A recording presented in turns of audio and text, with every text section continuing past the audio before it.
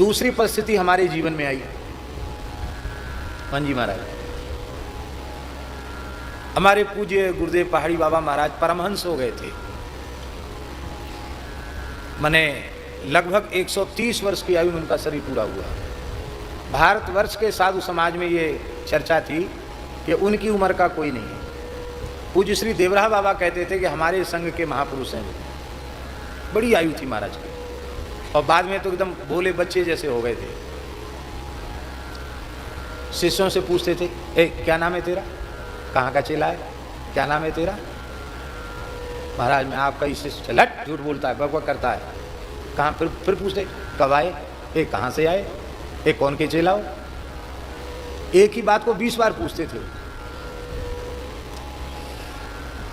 और हम को भगवान ने कथाओं की सेवा दे रखी थी, तो हमको बाहर आना जाना पड़ता था। थोड़ा ऐसा कुछ प्रपंच हो गया कि कुछ लोगों ने महाराज जी की बुद्धि में कर दिया कि ये इनको तो मलूक खरीद लिया इन्होंने, वहाँ इनको भेज दो और ये स्थान। हम कलकत्ते से आए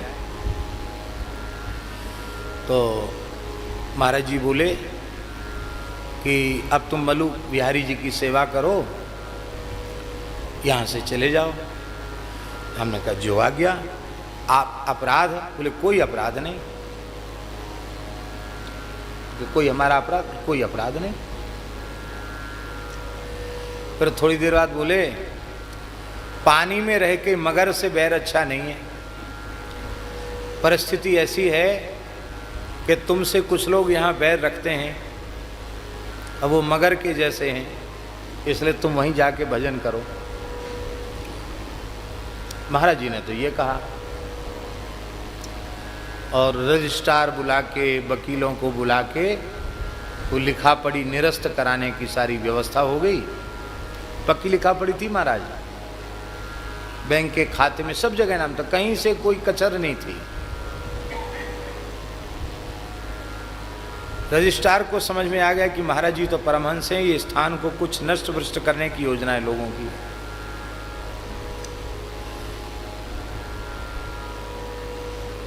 हमारे निकट के लोगों ने भी कहा कि नहीं ये ठीक नहीं है। वृंदावन के साथ उसमें चतुर संप्रदाय के अध्यक्ष थे टेकरी वाले महंत जी, हनुमान टेकरी वाले। बोले आप तो थोड़ा घूमने फिरने चले जाओ, कैंसिल मत कर देना। अब कोई ऐसा भी कह रहे थे कि महाराज जी जबरदस्ती करें तो आप तो दावा कर सकते हो। अरे मैंने कहा महाराज गुरु जी के सामने दावा करेंगे? कुल मिला के परिस्थिति ऐसी आई कि वो सब अपने मन से लिखा कर, जो कुछ था लिखा के तैयार किया गया। और महाराज जी ने हमको बुला के कहा इस पे हस्ताक्षर कर दो।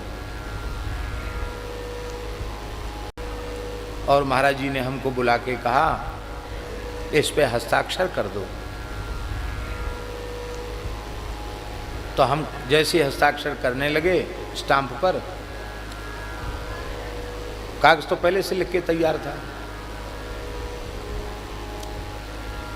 तो रजिस्ट्रार बोला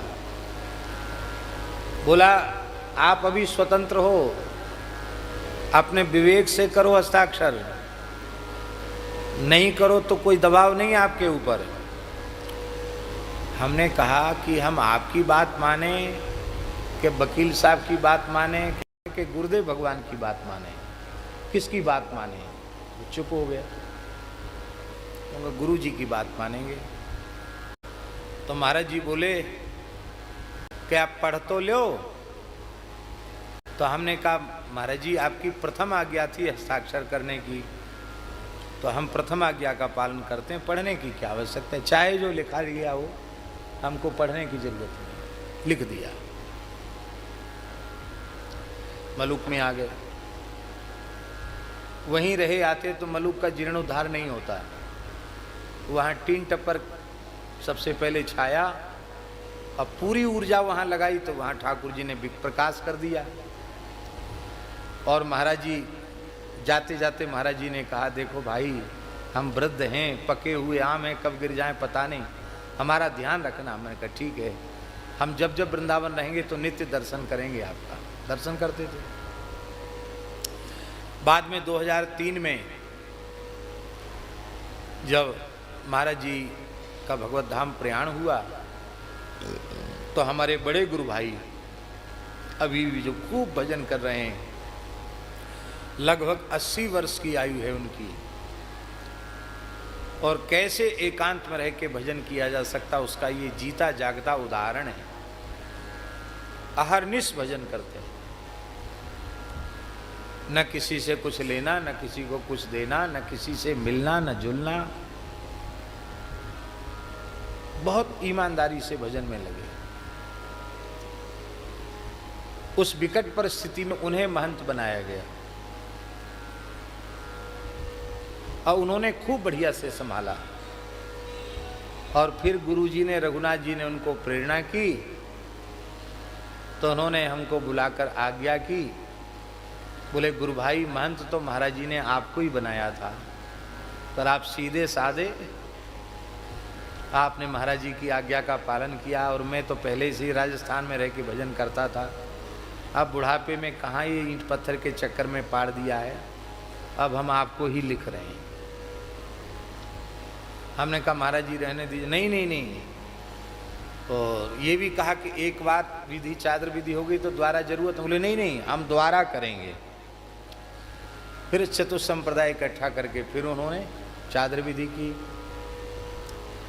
और इसके बाद महाराज जी वो पुराना स्थान जहाँ मूल पुरुष पहाड़ी बाबा को 212 वर्ष जीवित समाधि लिए हुए हो गया, तो इतना पुराना स्थान था, उस पुराने स्थान को पूरा विसर्जित करके नीचे से ऊपर तक पूरे का नवनिर्माण हो गया।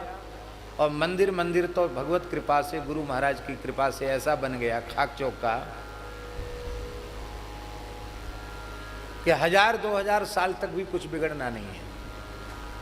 सीमेंट का, उसमें लोहे सीमेंट का प्रयोग ही नहीं है, केवल पत्थर का मंदिर है, नीचे से ऊपर तक पत्थर ही पत्थर का मंदिर है, पुरानी शैली में। यद्यपि उसमें बहुत पैसा लगा, लेकिन मन में आ गया कि अब एक बार नींव हिली है पुरखों की, तो ऐसी नींव जमे कि द्वारा कुछ करना ना पड़े। अब देखो, गुरुजी की आज्ञा और भगवान की इच्छा का आदर किया तो जिसको बिल्कुल छोड़ दिया था वो लौट के फिर आ गया। उस समय जो बैंक में पैसा छोड़ा था 25-30 लाख रुपए था, वो तो पता नहीं क्या हुआ, भगवान जाने उसका। महाराज जी परमहंस हो गए थे, लोगों ने इधर उधर कर दिया। और आज स्थान को मंदिर सहित बनाने में लगभग 4 करोड़ रुपए तो वहां खर्च हो गया।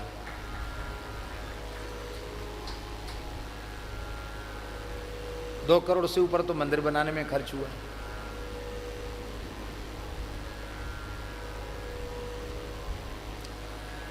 तो इतना तो खर्च हो गया और अभी भी खूब सुंदर सब साधुओं की जूठन गिरती है।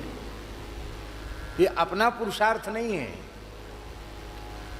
ये हरि गुरु संतों की कृपा। तो ये अनुभव की बात है।